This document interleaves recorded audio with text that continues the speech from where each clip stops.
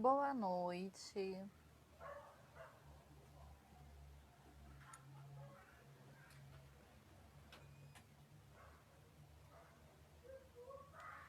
Boa noite.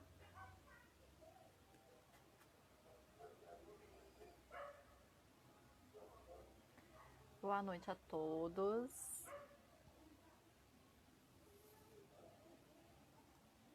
Boa noite.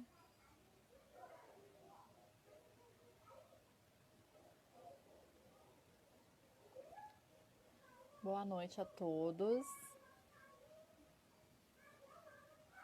Vamos aguardar um pouquinho, né? Hoje vamos conversar um pouco sobre o modelo TIT, né? Mitos e verdades, com a Viviane de Leon. Estamos aguardando. Boa noite a todos. Boa noite, Sil. Agradecer, né, na última live, a Sil nos ajudou dando suporte. Florence, vê se o áudio tá ok. Na hora que você vê também a doutora Viviane de Leon, me avisa. Vilar, não, a gente só grava pelo Instagram. A gente ainda vai aprender a tentar fazer pelo Face e pelo Instagram, juntos. Mas sempre fica gravado no IGTV. Boa noite a todos que estão chegando. Estamos aguardando, né, a doutora Viviane de Leon para a gente conversar hoje um pouquinho sobre o modelo TIT, né, as verdades e os mitos, para ter essa troca, né, tão importante. A gente tenta sempre apresentar, né, trazer novos conhecimentos para a gente estar ampliando as nossas visões, né, para a gente poder fazer escolhas, né, nós como mães também para os nossos filhos. Informação nos empodera, né, e a informação ajuda a gente a ampliar, né, a luta e a causa que a gente tenta pela inclusão. Boa noite a todos, boa noite. Estamos aguardando, né, a doutora Viviane de Leon entrar, eu ainda não a vi, para a gente conversar um pouquinho. Para a gente conversar um pouquinho sobre o modelo TIT, verdades e mitos.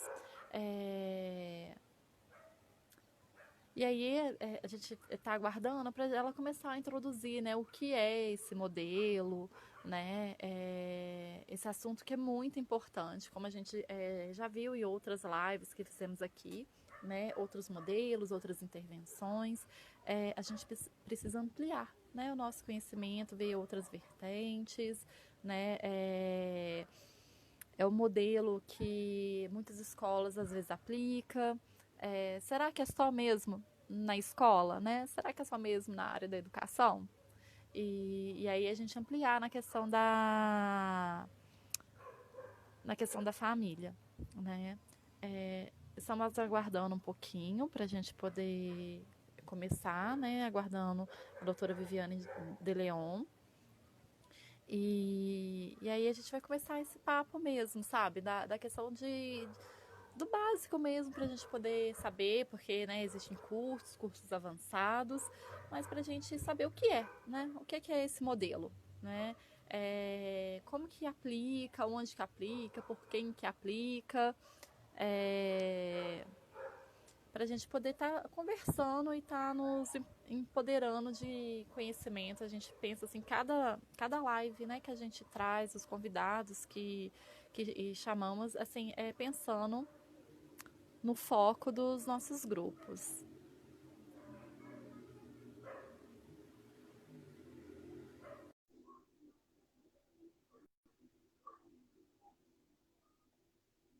Só um momento que já vai entrar. Oi, boa noite. Oi, tudo bem? Tudo? Que honra! E primeiro eu queria te agradecer por ter aceitado o convite de fazer a live conosco. É uma honra Imagina, enorme. eu que agradeço. E eu queria te falar assim, um pouquinho do nosso grupo, até para você entender um pouco do nosso público, né?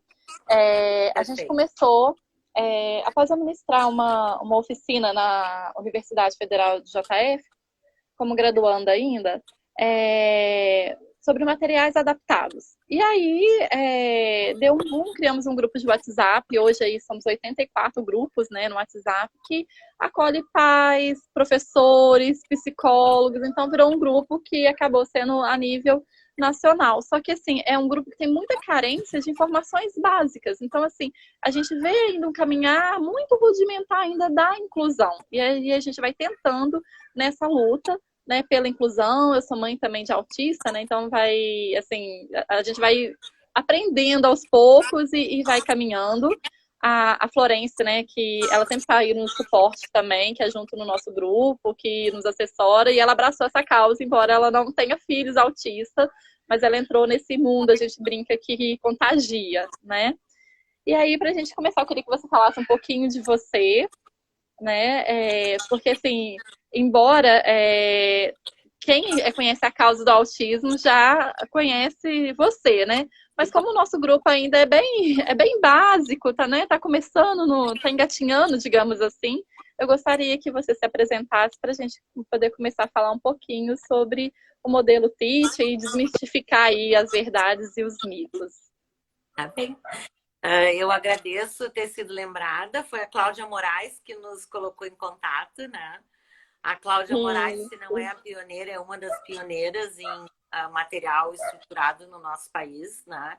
É uma grande ativista na causa. Eu acho que muito do que se andou nesse país, a gente deve isso ao movimento da Cláudia Moraes e todos os seus pares, né? Outras mães também que assim como tu, exemplo de ti, também se mobilizam nessa causa, né? De buscar recursos, de buscar conhecimento, né? Eu acho que isso é muito importante.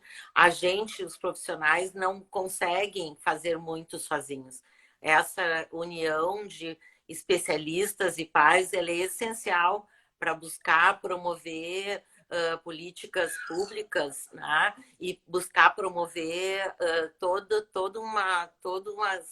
sensibilizar toda uma sociedade para as necessidades das pessoas com transtorno de espectro do autismo no Brasil, que não são poucas, né? Não são poucas Muitas. famílias, né? E a E Cláudia, a Cláudia, de fato, é uma querida, porque assim, a gente conheceu aqui em Juiz de Fora, tem um grupo GAPA de apoio aos pais. Então, assim, a minha primeira interação com a Cláudia foi como mãe, e depois ela começou a participar dos nossos grupos também. Né? Então, ela tem se movido muito na área da inclusão. isso, né? E sempre assim nos ensinando tanto a respeito da importância dos materiais visualmente estruturados, né? Então, queria agradecer a Cláudia Moraes por ter nos unido, né, para essa live e também aproveitar de público dizer o tanto que eu sou fã do trabalho da Cláudia Moraes e de todas vocês, mães, que são atuantes na nossa área, tá? Bem, eu me chamo Viviane de Leon, eu sou terapeuta ocupacional de graduação. Tá? Minha graduação foi em terapia ocupacional aqui em Porto Alegre, eu falo de Porto Alegre, capital do Rio Grande do Sul. Depois eu fui fazer minha pós-graduação em psicopedagogia, já atuando na área do autismo. Tá? Então eu já fui para psicopedagogia mobilizada de buscar conhecer mais recursos educacionais para atender crianças com transtorno de espectro do autismo, crianças, adolescentes e adultos. Eu, na verdade, sempre trabalhei com todas as faixas etárias, né? Nunca me limitei, assim, digamos, a uma área. Eu sempre tive famílias que me procuraram com filhos das mais diversas idades e mais diversos graus do transtorno, e eu sempre me dispus a atender diferentes, então, situações, né? Depois, eu fui fazer o mestrado e doutorado em Psicologia do Desenvolvimento aqui na Universidade Federal do Rio Grande do Sul, tá? Já atuante na área do autismo. Então, na minha dissertação de mestrado, eu fiz a validação do PEPR, que é um dos testes mais utilizados tanto em pesquisa quanto na clínica no mundo, nessa área, né? No doutorado, eu fiz um sanduíche com a Universidade de Toulouse, eu tinha uma co-orientadora na área da psicolinguística e nós buscamos estudar aspectos da linguagem daqueles autistas que são fluentes verbais. Tá? Foi isso que a gente estudou, assim, características de como é que se dava essa linguagem naqueles autistas que eram fluentes na língua. Tá? E eu trabalho com o modelo TEACH já desde 1991. Eu tive a oportunidade, em 91, de fazer uma formação na Bélgica, em escolas da Bélgica, e lá utilizavam o modelo TEACH e foi quando eu fiz a minha primeira formação. Desde então, eu venho cada vez mais procurado me aprofundar no modelo TEACH, né? Tenho feito diversos treinamentos na Universidade da Carolina do Norte, onde o TEACH foi construído, criado, né, como uma metodologia de intervenção, e cada vez mais tentado ter uma relação muito próxima com a Universidade da Carolina do Norte no tocante ao contato com os professores e as pesquisas que são geradas pela UNC. Então, hoje eu tenho uma certificação dada pela universidade como Advanced Consultant, que me permite não só atender nessa metodologia, supervisionar profissionais, mas também dar aulas sobre esse modelo. E a gente, nos últimos anos, também tem procurado trazer professores da UNC para dar formação aqui para pais e especialistas brasileiros, né? Então, nessa minha caminhada, né, como terapeuta, eu fui cada vez mais me engajando no modelo TEACH, né? E aí sim é o modelo que eu escolhi como profissional para utilizar, né? E acho que seria isso, assim. Né? É isso tudo, né? Mas a gente está falando, uma das primeiras perguntas, logo que a gente começou a live, é o que é o modelo TEACH? Né? Perfeito. E até uma dúvida minha, que assim, eu já cometi algumas gafes, assim, né? Como que fala? É modelo TEACH, é programa, é método, é intervenção, que às vezes a gente fica perdido, né? No modo correto de mencionar. Deixa eu me posicionar aqui que tá caindo. Nós temos esse tipo de problema, sabe por quê? Porque todas as publicações são feitas na língua inglesa. Então, nós que trabalhamos com o TEACH, nós que trouxemos o TEACH para o Brasil, né, os profissionais que vão lá estudar na UNC e voltam aqui para o Brasil, a gente tem essa questão que é a questão das traduções. Então, claro que o TEACH, né, ele nasce na Universidade da Carolina do Norte, nos Estados Unidos, é uma universidade estadual, pública, e todos os artigos, todos os livros são em inglês. E aí a gente tem que não só ir lá fora e estudar, cumprir os créditos, participar dos eventos científicos, mas ao voltar para compartilhar isso com a nossa comunidade, fazer as traduções. TEACH é uma sigla, tá? Que numa tradução literal significa tratamento e educação para crianças com autismo ou desordens relacionadas à comunicação. TEACH é isso. Cada letrinha significa uma dessas palavras, no caso em inglês, né? Treatment and Education for Autistic Children and Communication Handicapped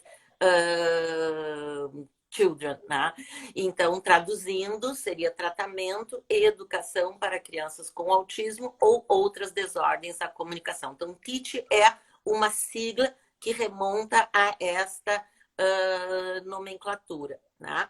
O TEACH nasce a partir de projetos de pesquisa liderados pelo Dr. Eric Schopler no finalzinho da década de 60, início da década de 70, nos Estados Unidos. Né? Então, começou como projeto de pesquisa e, a partir dos resultados dessas pesquisas, se constituiu como um modelo de intervenção abarcado pelo Estado. Tá? E isso se deveu, grande parte, pela parceria com os pais que pressionaram o governo norte-americano a bancar, a colocar verba para pesquisas no TEACH e para que o TEACH pudesse ser oferecido de forma gratuita a todas as famílias no estado da Carolina do Norte. E aí o TEACH se constitui lá, eles chamam de TEACH Program, Se a gente for fazer uma tradução mais literal, seria programa TEACH.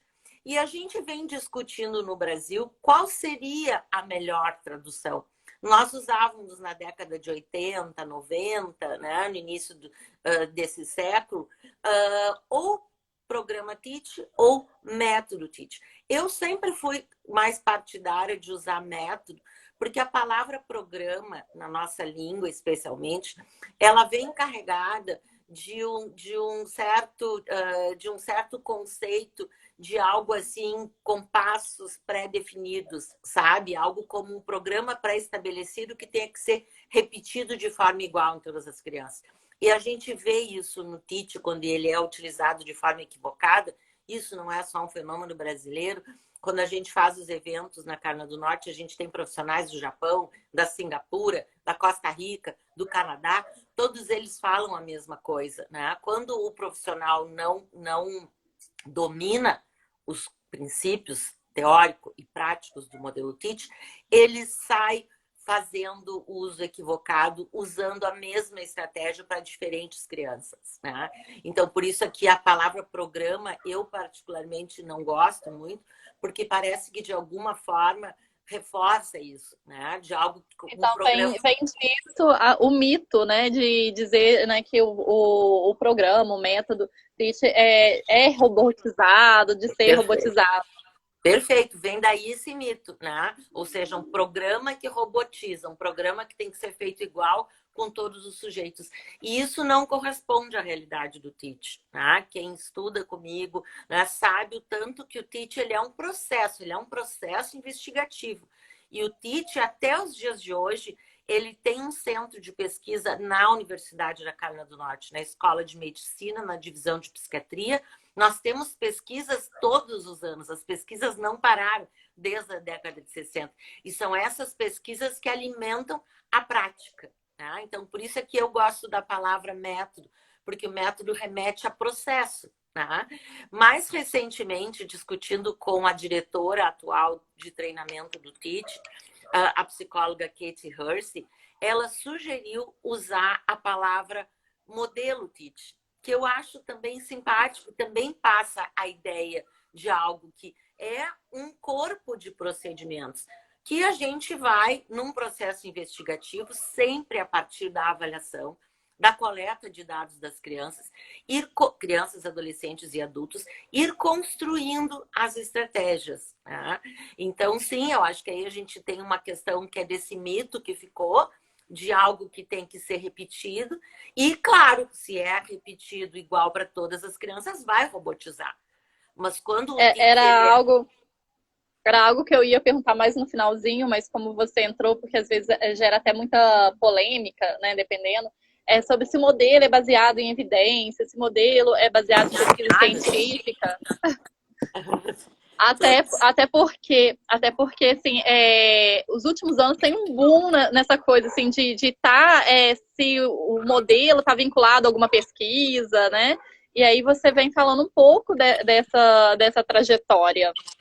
Então, sim, o TEACH, TEACH é ciência. Ciência é um corpo de procedimentos evidenciados por pesquisa, por investigação científica. Então, TEACH é ciência. TEACH, todos os especialistas que atendem na Carolina do Norte com este modelo são professores universitários ligados a pesquisas acadêmicas. Tá?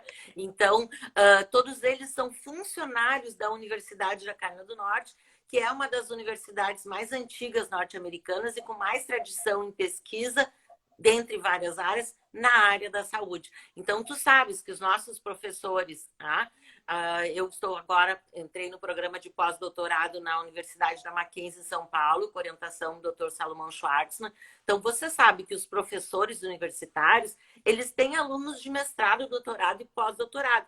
E eles são obrigados a fazer pesquisa, senão eles não conseguem fazer parte de uma universidade, entende? Então, isso é um outro mito, tá? O TEACH é ciência, todas as publicações são feitas por professores da Universidade da Carolina do Norte, ligados em programas de mestrado, doutorado e pós-doutorado. E você sabe que programas de mestrado, doutorado e pós-doutorado, eles precisam gerar artigo científico. E artigo científico a gente consegue escrever a partir de dados científicos, né? A partir de dados de investigação, de pesquisa. Então, eu diria que sim, Teach é ciência. Teach tem toda uma publicação, né? Várias publicações. Vocês podem entrar no site da Universidade da Carolina do Norte, www.teach.com, e terem acesso aos artigos, às pesquisas, aos livros. O que talvez nos falte aqui seja mais acesso à informação, que é como eu disse, a questão da língua, ela é uma fronteira, é uma barreira, né? Muito grande. Muito grande. A maioria dos artigos científicos, eles são em inglês, né? Então, esses dias eu postei um dos artigos que eu gosto muito, que é Teach na era da prática baseada em evidência, que eu já vou explicar também que tu tocasse nesse assunto da prática baseada em evidência, que é um dos artigos que eu acho que mais esclarece isso. E aí uma pessoa que comentou, disse assim, tem em português? Não tem, vai ter que ir atrás, bota no Google, traduz. Mas as revistas mais importantes do autismo no mundo, a publicação é na língua inglesa. Por isso é que a gente, para fazer mestrado e doutorado, é obrigatório falar inglês, para justamente ter acesso. Os livros são interessantes, os livros são bacanas, mas os livros eles têm um certo delay. A gente escreve os livros depois que os artigos foram publicados. Então, eu tenho nessa área 3 livros, né? Eu até queria falar desse, que é o que a Cláudia é minha coautora. A produção, todas as atividades é dela. O meu trabalho foi de escrever a respeito, de explicar como se constrói, né? Eu tenho também esse livro que fala sobre os princípios do Teach. E um outro que tem versão apenas digital, que fala sobre a comunicação alternativa dentro do Teach. Todos esses livros vocês conseguem acessar no site da Menon, www.menon.com. Nós também temos vários capítulos em livros sobre o Teach, né? E acho que outro livro que nós teríamos é o livro da minha colega Maria Elisa Grande Fonseca, que é o livro Vejo e Aprendo. Acho que esses seriam os 4 livros específicos sobre o Teach. Ademais, nós temos os capítulos, né? Os capítulos em livros, né? Então, essa questão assim da língua, ela acaba sendo um pouco assim a razão disso. E verdade seja dita que a gente não tem o hábito de ler artigo científico, né? Então, esse é um hábito que a gente precisa fazer para melhor acompanhar o desenvolvimento da área como um todo, né? E falando sobre as práticas baseadas em evidência, como é que surge isso? O termo prática baseada em evidência, ele é um termo que ele nasceu dentro da área da psiquiatria de adultos. Pesquisadores buscavam testar que estratégias, que medicamentos eram bons para as principais situações psiquiátricas em adultos. Aí nasce esse termo prática baseada em evidência. Em 1997 é que esse termo começa a fazer parte da esfera do autismo. E a Associação Americana de Psiquiatria, que é aquela que regula a maior parte das práticas e faz a publicação do DSM, que tu sabe que é o Manual Estatístico de Transtornos e Doenças Mentais, que é usado no mundo inteiro. Os pesquisadores que fazem parte do corpo editorial da APA, né, da APA, que inclusive o Eric Schopper por anos fez parte, né, o criador do Teach, começam a discutir como é que iriam aplicar esses princípios na área do autismo. Numa área onde nós temos uma heterogeneidade muito grande. Falei certo a palavra? Heterogeneidade. Agora sim, mas vai tudo certo. Um grupo muito heterogêneo. Então, até para a gente comparar os dados é difícil. Tá? Porque as crianças, os adolescentes e os adultos podem diferir muito entre si na forma com que o sintoma aparece, apesar de todos eles terem a mesma base de sintoma.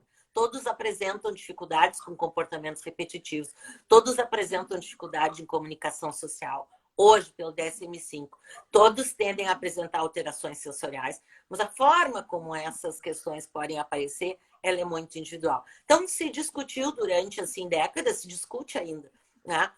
Como medir prática baseada em evidência no autismo. E no início se tentou discutir qual seria o melhor método ou abordagem. Algo do tipo TEACH ou ABA. Né? É que tem muito essa dicotomia. E outro mito. Então, o que os pesquisadores que discutem e publicam quais são as práticas baseadas em evidência, a que consenso eles chegaram? Não vamos discutir método, vamos discutir as estratégias. E aí, a publicação das práticas baseadas em evidência mostrou que há estratégias eficazes que são utilizadas por diferentes modelos cientificamente comprovados. Então, por exemplo, entre TEACH, Denver, ABA, nós temos estratégias que são utilizadas por essas 3 metodologias, dentre outras.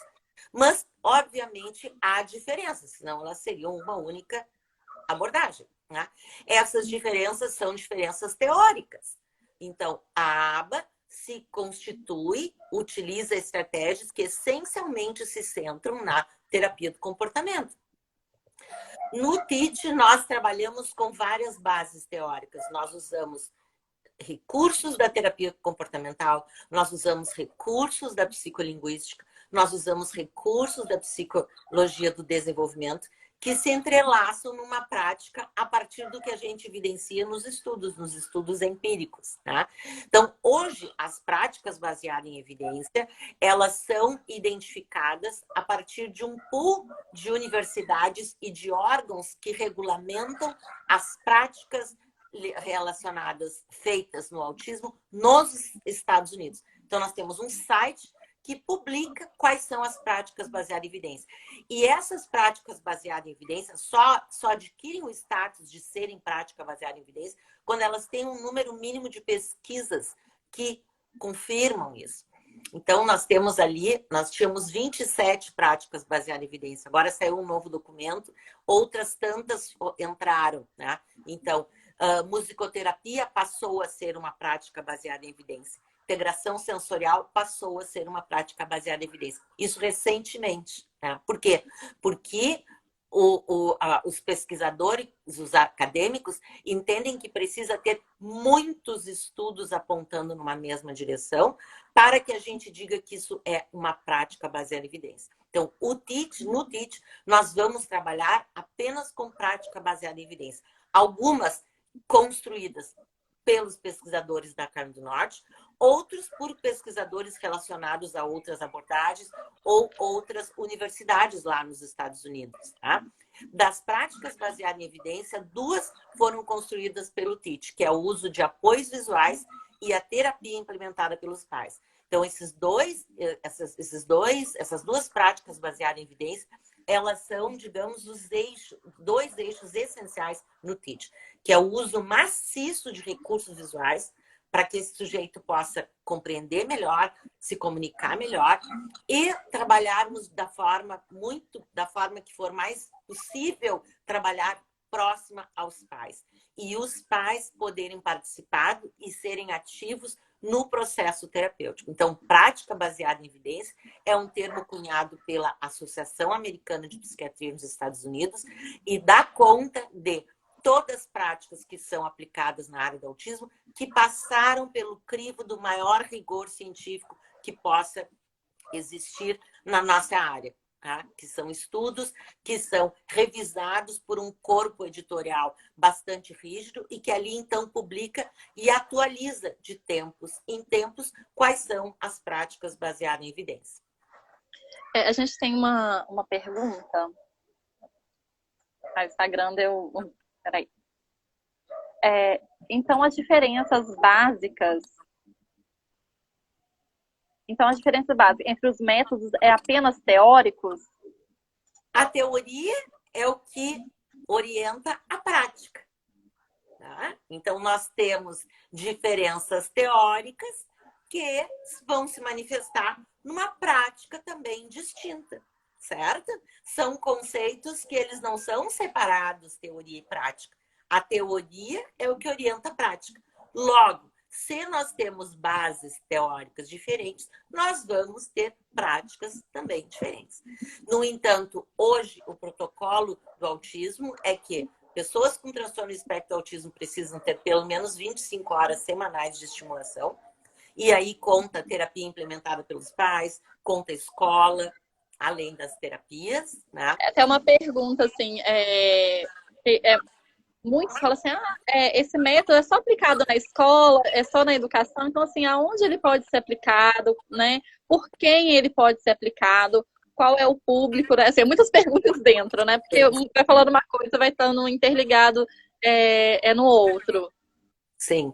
Então, o TEACH hoje nos Estados Unidos, ele é essencialmente no estado da Carolina do Norte usado nas escolas. Tá? Então, nós temos 7 centros clínicos lá no estado da Carolina do Norte, tá? 7 centros clínicos compostos por equipes especialistas que fazem o diagnóstico, a intervenção precoce e a orientação aos pais. Essa criança é atendida por uma média de 20 a 28 sessões nos centros clínicos. Depois é na escola e em casa, na família, que ela vai receber as intervenções. E, claro, ela vai ser acompanhada pela equipe especialista do TEACH. Então, sempre que necessário, ela vai voltar lá para uma reavaliação e para uma reorganização das estratégias. Né? Mas o TEACH, o que eu ia dizer que a gente acabou avançando para isso, é que o protocolo hoje é, então, de 25 horas de estimulação semanais e que haja uma integração entre as práticas baseadas em evidência. Então, essa discussão de TEACH versus ABA, Denver versus TEACH, essa é uma discussão que ela não contribui. Na verdade, o que a gente precisa é dialogar diversos profissionais com as diferentes práticas baseadas em evidência e tentar integrá-las. Tá? Então, não fazer algo como isto ou aquilo, mas integrar as práticas baseadas em evidência. O TEACH pode tanto ser aplicado em nível escolar, que a gente no Brasil ainda tem um enorme atraso em relação a isso, que as escolas são muito resistentes. Tá? Então, o TEACH é usado há mais de 30 anos nos Estados Unidos em sala de aula pelos professores com eficácia comprovada. Tá? Um conceito que a APA discute muito é clinical expertise. Então, além de nós olharmos para os resultados em pesquisa, nós temos que olhar para a clinical expertise, ou seja, aquelas metodologias que se sustentam no tempo pela eficácia, que é o caso do TEACH. O TEACH são mais de 40 anos atendendo um número imenso de famílias nos Estados Unidos, lá no estado da Carolina do Norte, com sucesso. Tá? Então, nós temos muito a contribuir nas escolas e é uma pena que ainda as escolas resistam a utilizar as estratégias. Voltando, o TEACH tanto pode ser utilizado nas escolas, quanto em intervenções domiciliares, quanto nas intervenções clínicas nas diversas disciplinas, como psicopedagogia, fonoaudiologia, terapia ocupacional, psicologia e assim por diante. E uma pergunta, por exemplo, um professor, para ele aplicar o método Teacher, qual a habilitação, certificação, o que é necessário? Uma outra coisa que, quando fala método Teacher, normalmente a pessoa pensa assim, na sala, na estrutura, naquela mesinha virada para a parede, né? Assim, de uma forma bem bruta, né? E aí eu queria que você também desmistificasse. Isso me entristece muito. Eu fui esses dias dar uma palestra em São Paulo e tinha uma professora do interior de São Paulo. Tá? E ela me disse assim, na escola que eu trabalho tem as baias. Baia, sabe o que é baia? Onde bota os cavalos, né? É desumano até para animal. Tá?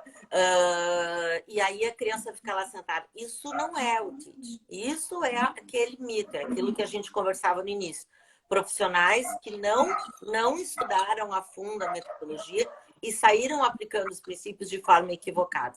E é por isso, então, que a Universidade da Carolina do Norte, há cerca de 6 anos atrás, instituiu o programa de certificação internacional.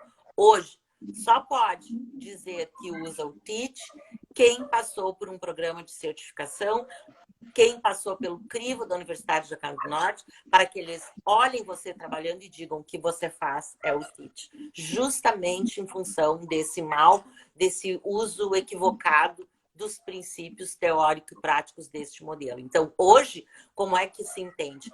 Nós podemos ensinar o TEACH, quem tem a certificação de Advanced Consultant, somos apenas 2 até os dias de hoje na América Latina.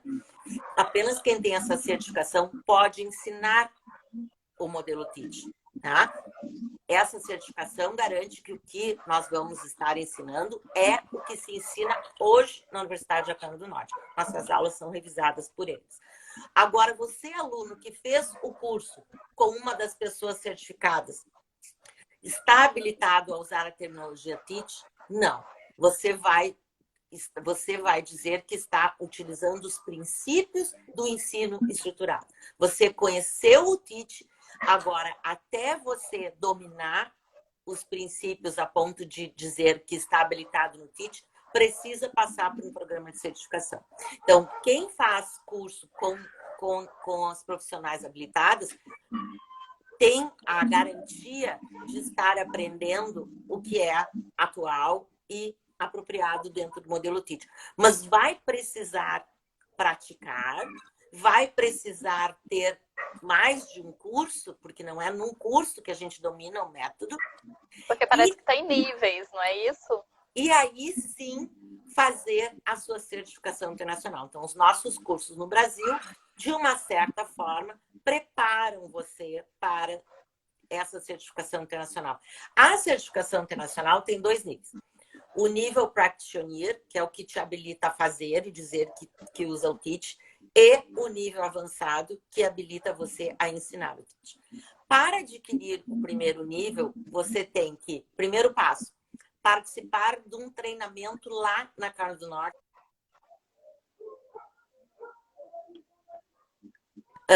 que é o 5-day training. Nós temos levado anualmente profissionais para fazer esse progresso, essa imersão lá nos Estados Unidos. Sempre sugiro que antes façam os nossos cursos aqui no Brasil para ter um melhor aproveitamento de quando chega lá nos Estados Unidos. Fez esse 5-day training, volta para o Brasil, precisa praticar durante um ano, praticando, falando que faz ensino estruturado, depois volta para os Estados Unidos para fazer um curso teórico avançado. A partir, então, dessas 2 idas nos Estados Unidos, você pode solicitar a sua certificação internacional, aonde você vai precisar fazer provas teóricas, documentação de casos clínicos, né? E uma prova oral. Então, há toda uma exigência em cima do profissional. A universidade é muito rígida, há toda uma exigência em cima do profissional para que se possa dizer que o que é feito é TEACH, né? Que é justamente, quer dizer, quem fica lá botando as crianças fazendo atividade de emparelhamento de frente para a parede, isso não é TEACH. Está usando alguns dos princípios do ensino estruturado e muitos deles equivocados. Então, quem quer trabalhar com o TEACH precisa fazer vários cursos do método com um profissional certificado como Advanced Consultant, que na América Latina somos eu e a Maria Elisa Fonseca. Então, outras pessoas não têm essa habilitação para ensinar e precisa fazer mais de uma formação. E nós temos várias. Nós temos, eu tenho curso presencial de 5 módulos, eu tenho curso online. A Maria Elisa também tem uma plataforma com vários cursos. Então, quanto mais cursos com as profissionais avançadas você puder fazer, melhor. E aí começa a praticar os princípios de ensino estruturado. Tanto o professor, quanto o pai, quanto os especialistas. A minha dúvida seria, para a escola, por exemplo, então, né, normalmente a coordenação, aqui no Brasil, né, normalmente a coordenação se prepara e tenta passar para os professores. Então, assim, a gente não... Seria muito difícil ter uma escola baseada em CIT. Teria, então, escola em princípios do ensino estruturado. Isso, seria isso? Isso. A não ser que essa escola tenha uma supervisão direta de uma de nós, que é a Advanced Consultant. Aí garante fidedignidade. Né? Então, se eu tenho uma Seria escola... ter um sonho, a sala de recursos ter isso, né? Eu tenho um curso, eu tenho uma pós-graduação pela Policivitas, que é 100% online, é só olhar no meu Instagram, tá? Que ela é uma pós-graduação em ensino estruturado com ênfase em educação. Então, ajuda muito os pais. Ali tem uma pergunta que seria impossível um pai sem formação acadêmica conseguir a certificação. Um pai sem a formação, primeiro assim, ó, precisa fazer formação no TIT, tá? Precisa fazer formações no TIT e depois vai precisar cumprir esses requisitos de fazer os cursos de formação nos Estados Unidos. Esses cursos são abertos para pais. Então, pais... Mas no Brasil teria cursos para pais para poder estar auxiliando? Lá, quando nós fazemos o 5-day training, tanto especialistas quanto pais fazem a mesma formação.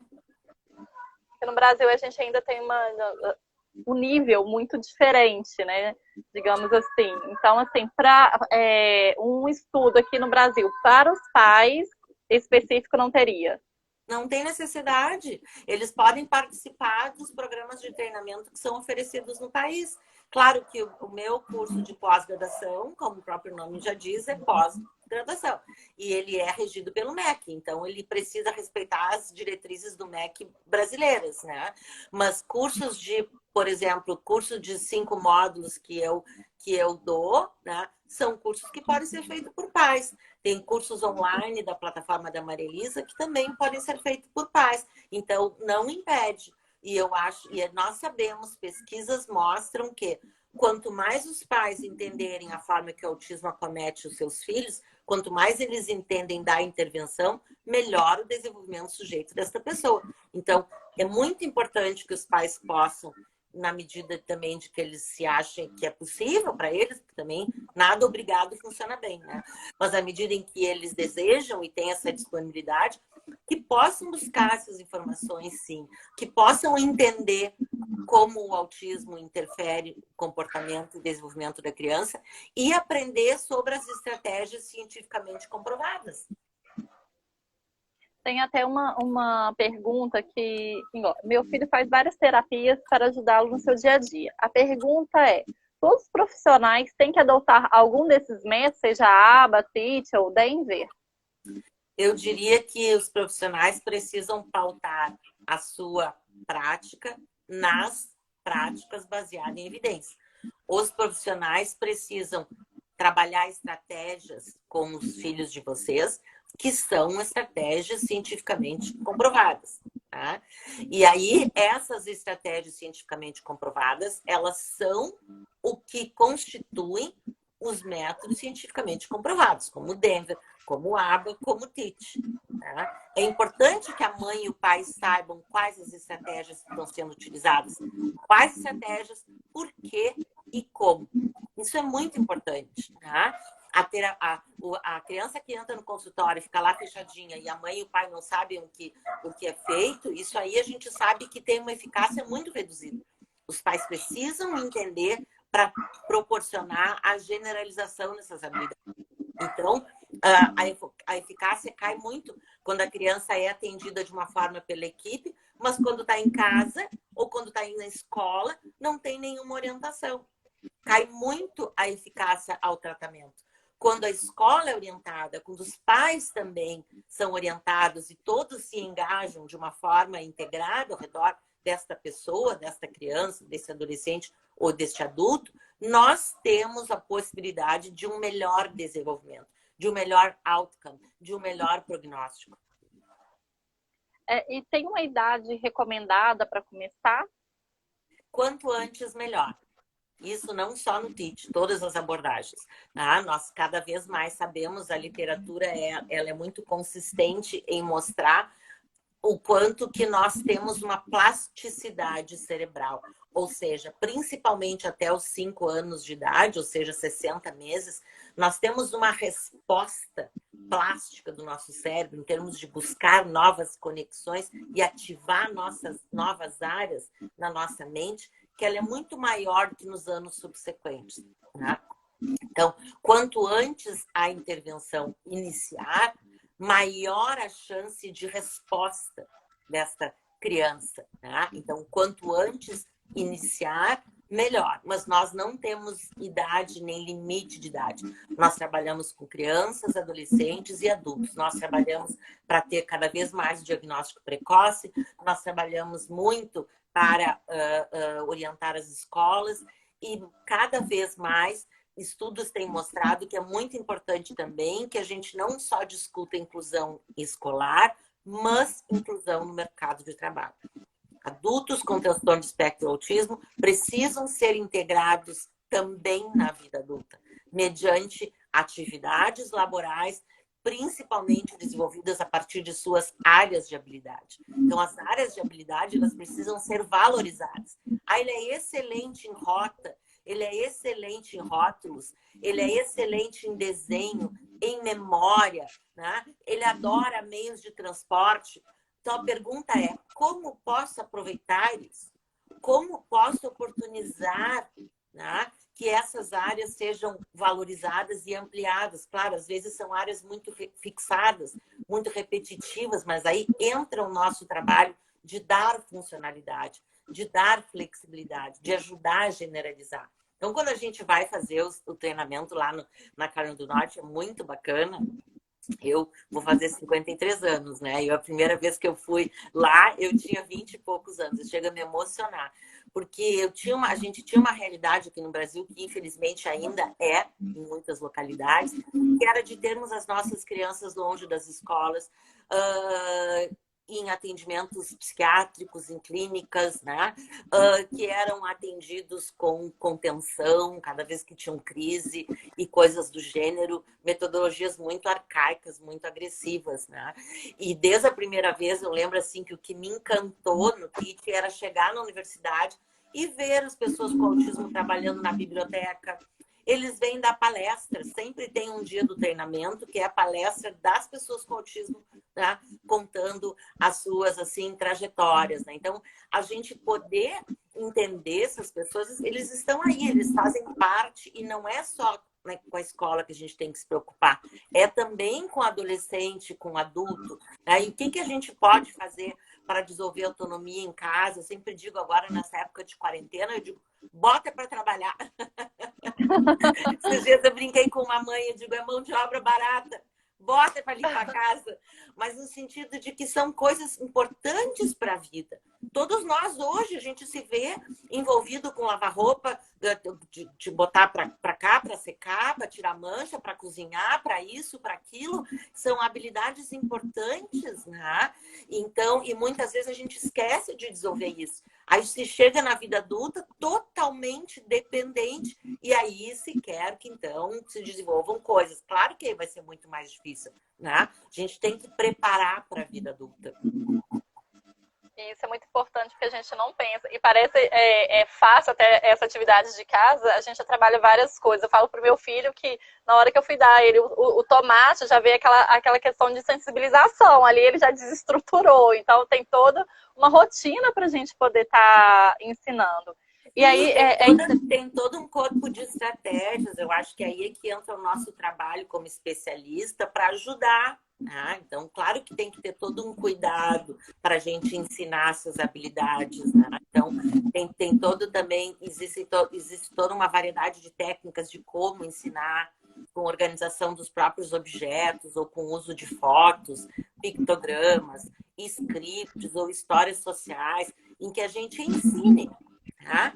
Ensine todas essas habilidades. E uma pergunta, assim, a gente fala, quando fala o método Teach, lembra muito do material, né, estruturado. E aí ainda tem confusão sobre material adaptado e estruturado. É a mesma coisa? A mesma coisa, fala assim, o ensino adaptado, o ensino estruturado. Olha, a gente estruturar o material é adaptar o material, certo? Então, eu penso que são conceitos que se aproximam muito, né? Não sei se são a mesma coisa, porque você pode adaptar uma tarefa sem a devida estrutura, ela não vai funcionar legal. Então, adaptar como? Todo material estruturado é uma adaptação. Agora, nem toda adaptação oferece estrutura. Tá? Quando nós falamos em estrutura, nós falamos em estrutura do material, nós falamos em estrutura da etapa, nós pensamos em detalhes como o material que constitui a tarefa, o tamanho, tá? A quantidade. É uma série de quesitos, é uma série de critérios que precisam ser cuidados para a gente dizer que aquele material tem uma estrutura visual. O material com uma estrutura visual, ele precisa sinalizar o que fazer, como fazer e qual é a noção de término, como é que eu acompanho o progresso do meu trabalho. Tá? Então, tem uma série de critérios, tem toda uma tecnologia de como adaptar materiais com estruturas visuais. Tá? Então, eu acho que sim, todo material estruturado é um material adaptado, mas nem toda adaptação trabalha em cima dos conceitos de estrutura. Nós trabalhamos com conceitos de estrutura porque entendemos que o autismo afeta a cognição. Ele faz com que seja difícil ter boas funções executivas, ter uma boa leitura do implícito, tá?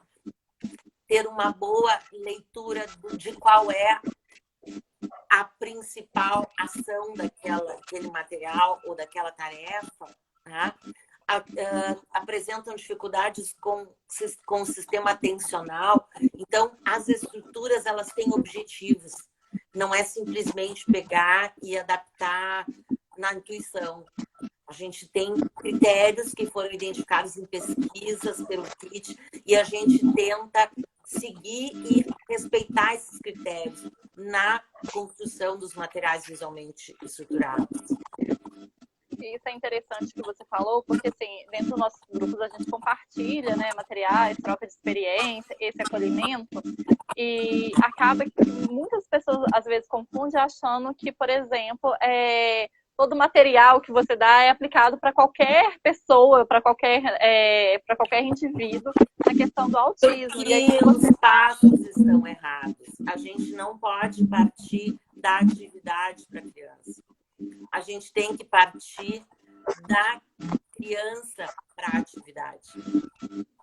A gente precisa avaliar a criança e, a partir dessa avaliação das suas necessidades, a gente vai para a atividade e para os recursos. Nosso erro mais frequente é partir da atividade para a criança. O processo é inverso. A gente tem barulho, né? O pessoal está reclamando, está dando um chiadinho. Esse aqui de casa. Quando se começa um trabalho com PIT, com uma criança, demora a apresentar resultados em média? Não. E tinha uma pergunta aí em cima também se jovem autista pode aplicar o método TEACH, e já vou aproveitar para tentar, porque o nosso tempo já vai acabando. Se autista não verbal também, se funciona o método.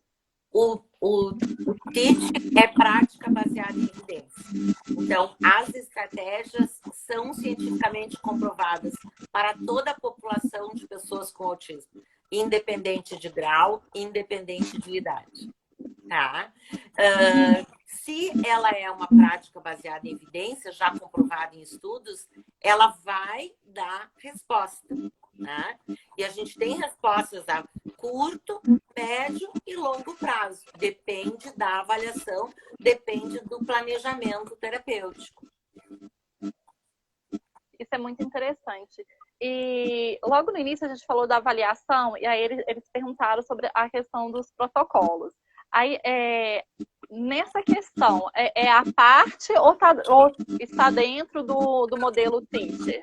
Ou a criança já vem, né, com esses protocolos realizados? O Teacher segue os passos da investigação científica. Então, parte da observação, da coleta de dados para a prática. A coleta de dados é feita com protocolos. A coleta de dados é feita com protocolos avaliativos. Então, eu quero fazer uma intervenção na área da comunicação. Eu vou trabalhar com protocolos avaliativos de comunicação e de desenvolvimento. Eu quero desenvolver uma estratégia para melhorar a atividade de vida diária. Eu vou fazer uma coleta de dados com protocolos de autonomia. Eu quero construir uma estratégia social. Eu vou trabalhar com protocolos avaliativos de sociabilidade. Então, sempre a gente parte de protocolos avaliativos. E nós temos protocolos avaliativos formais e os informais. Os formais são os testes padronizados, que no Brasil nós trabalhamos com a CARS e com o PEP. Os informais são protocolos gerados de pesquisa, que nós ensinamos nos nossos workshops internacionais, nós ensinamos nos nossos cursos de formação e alguns dos mais importantes estão publicados nesse livro. E a gente queria que você repetisse os nomes dos livros de novo, seu contato, aonde a pessoa pode encontrar, né, novamente o curso de pós-graduação. Segue no meu Instagram, entra no meu Instagram, a gente está conversando agora, rola ali as fotos, que ali tem foto dos livros, tem print dos cursos, eu sempre coloco ali, então segue no Insta, que ali tem. Os livros, é só entrar no site da editora Menon, coloca o meu nome, já vem todos os livros que a gente tem disponíveis, né? www.menon.com.br. Mas eu acho que fica mais fácil o pessoal entrar no Instagram. Esse aqui é o nome da editora, ó. Menon. www.menon.com.br. Me acompanha no Insta, porque sempre eu coloco ali os eventos. Agora nós temos o ano que vem 2 eventos internacionais, 2 workshops internacionais com professores especialistas da Universidade da Carolina do Norte, com certificado de participação emitido pela Universidade Norte-Americana. Então, são eventos muito bacanas, onde a gente tem toda uma prática e uma interação bem próxima com esses professores. É sempre, no máximo, 40 participantes para 3 ministrantes. É eu e 2 professores dos Estados Unidos. Então, são cursos em que a gente tem um contato muito direto com eles, sabe? A gente aprende muito a forma que a Universidade da Carolina do Norte tem de pensar e entender o autismo. É muito bacana. Eu queria te agradecer, porque agora mesmo cai, né, no Instagram, por você ter aceitado o nosso convite.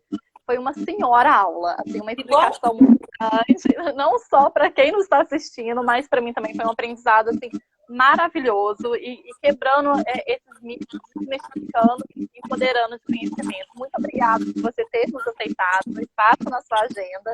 Gratidão e a todos que nos assistiram. Foi assim, uau mesmo, que aula, viu? Muito obrigada. Eu que agradeço. Um beijo grande, querida, para ti e para todos que estão aí com a gente, tá? Muito obrigada. E sigam ela no Instagram, gente. Vale muito a pena. Muito obrigada. Eu coloco sempre ali, assim, as novidades do kit, né? Que eu vou todo ano, eu tenho contato muito direto com a universidade, então eu sempre procuro trazer mais. Eu sempre digo, eu não posso morrer antes de termos mais certificados no país. Eu acho que o TEACH é uma possibilidade de intervenção que a gente precisa garantir para todas as pessoas com autismo no Brasil. Os pais podem escolher se querem integrar outras metodologias com o TEACH. Os pais também têm o direito de achar que talvez não queiram trabalhar com o TEACH, ok. Mas a gente precisa dar essa oportunidade, essa possibilidade para as pessoas com autismo no nosso país. É inconcebível a gente ter até os dias de hoje adultos com autismo amarrados dentro de casa. Isso é falta de intervenção adequada, isso é falta de intervenção precoce. Então, isso eu tenho, assim, sabe, vou te dizer assim, como uma meta de vida. Entendeu? A gente garantir que as pessoas com autismo no nosso país tenham acesso à intervenção cientificamente embasada, principalmente qualidade de vida. Eu vou ter que encerrar porque a gente sabe o tanto que o nosso país ainda carece disso. Eu estou em Porto Alegre, aqui a gente tem uma situação privilegiada, grandes capitais têm, em geral, uma situação privilegiada, mas ainda fica na mão de quem consegue pagar e ainda a gente tem um contingente enorme que não conseguem ter acesso a isso. Então, esse é o meu trabalho, essa é a minha meta de vida. Então, o que eu posso, estou sempre colocando no meu Insta, sigam lá. Nossa, que linda, muito obrigada mesmo. Eu vou ter que encerrar porque vai cair.